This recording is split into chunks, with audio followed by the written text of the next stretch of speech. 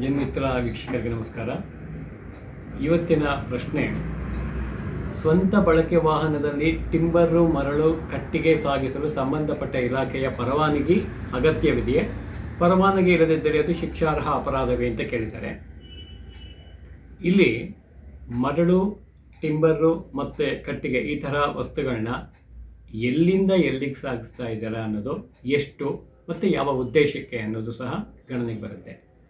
ಮೂಲಭೂತವಾಗಿ ನಮಗೆ ಸೇರದೇ ಇರುವಂತಹ ಸರ್ಕಾರಕ್ಕೆ ಸಂಬಂಧಪಟ್ಟಂತಹ ವಸ್ತುಗಳಾಗಿದ್ದರೆ ಅದನ್ನು ಯಾವ ಉದ್ದೇಶಕ್ಕೆ ನಾವು ಸಾಗಿಸ್ತೀವಿ ಅನ್ನೋದನ್ನು ನಾವು ಸಂಬಂಧಪಟ್ಟ ಅಧಿಕಾರಿಗಳಿಗೆ ಮುಂಚಿತವಾಗಿ ತಿಳಿಸಿ ಅವರಿಂದ ಪರವಾನಗಿ ತಗೊಂಡು ಅಪ್ರೂವಲ್ ತಗೊಂಡೇ ಸಹ ನಾವು ಅಂಥ ಕೆಲಸಗಳನ್ನ ಮಾಡಬೇಕಾಗತ್ತೆ.